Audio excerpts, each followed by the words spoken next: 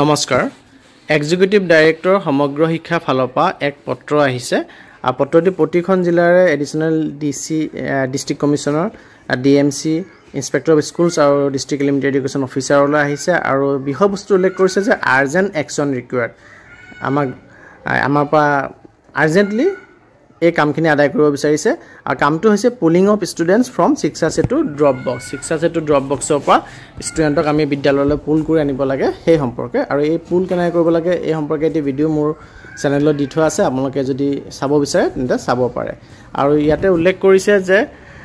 currently 6 লাখতকৈ ওপৰৰ ছাত্ৰ ছাত্ৰী শিক্ষা হেতু ড্ৰপ বক্সত আছে ইয়াৰে প্ৰায় 3 লাখ ষ্টুডেণ্ট যিখিনি ক্লাছ 10 আৰু 12 নহয় তেওঁলোকক বাদ দি পেলাই প্ৰমোশনৰ কাৰণে নেক্সট হায়াৰ ক্লাছত প্ৰমোশন হোৱাৰ কাৰণে ট্ৰান্সফাৰ যি কৰিব লাগিছিলে অৰ্থাৎ অইন স্কুল এখনত যি পুল কৰিব লাগিছিলে সেই পুল নকৰাৰ কাৰণে ড্ৰপ বক্সত এতিয়ালৈকে পৰি আছে আৰু এই ড্ৰপ বক্সত ছাত্ৰ ছাত্ৰীসকল এটা ক্লাছৰ পৰা আনটা ক্লাছলৈ যোৱাৰ পাছত যদি আমাৰ পুলিংটো নহয় তেতিয়াহ'লে আমি এড কৰি দিওঁ তেতিয়াহ'লে আমাৰ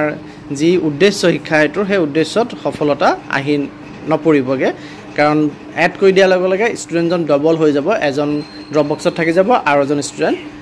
এডিং কৰাৰ কাৰণে ক্ৰিয়েট হৈ যাব গতিকে এই ক্ষেত্ৰত আমি প্ৰত্যেক বছৰে ছাত্ৰ ছাত্ৰীৰ সংখ্যাটো বাঢ়ি গৈ আছে ড্ৰপ বক্সৰ গতিকে আমাৰ ক্লাছ 2ৰ পৰা ক্লাছ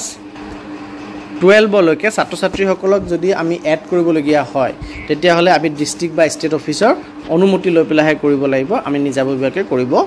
নোৱাৰোঁ গতিকে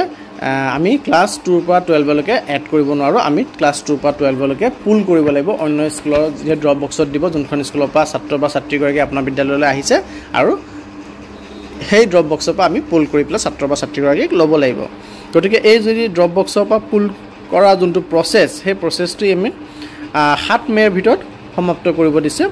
এক্সেপ্ট ক্লাছ 10 আৰু 12 ক্লাছ 10 আৰু 12ৰ বাদে বাকী ক্লাছকেইটাত আমি 7 মে'ৰ ভিতৰত ড্ৰপ বক্সৰ পৰা ষ্টুডেণ্টখিনি পুল কৰিব লাগিব